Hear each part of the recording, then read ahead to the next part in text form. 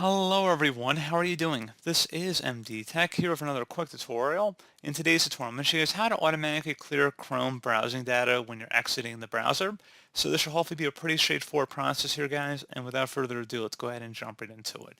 So all you have to do is select the three-dotted icon up at the top right corner of the browser, go open up the settings options, and you want to go down and select settings, and you want to select privacy and security on the left side.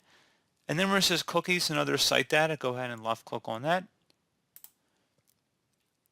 And you want to scroll down, and where it says clear cookies and site data when you close all windows, go ahead and toggle that to the on position.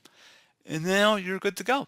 So if you close out of here and then relaunch the browser, any cookies you previously had when browsing on the last session should be removed. So pretty straightforward process, guys. Do hope I was able to help you out, and I do look forward to catching you all in the next tutorial. Goodbye.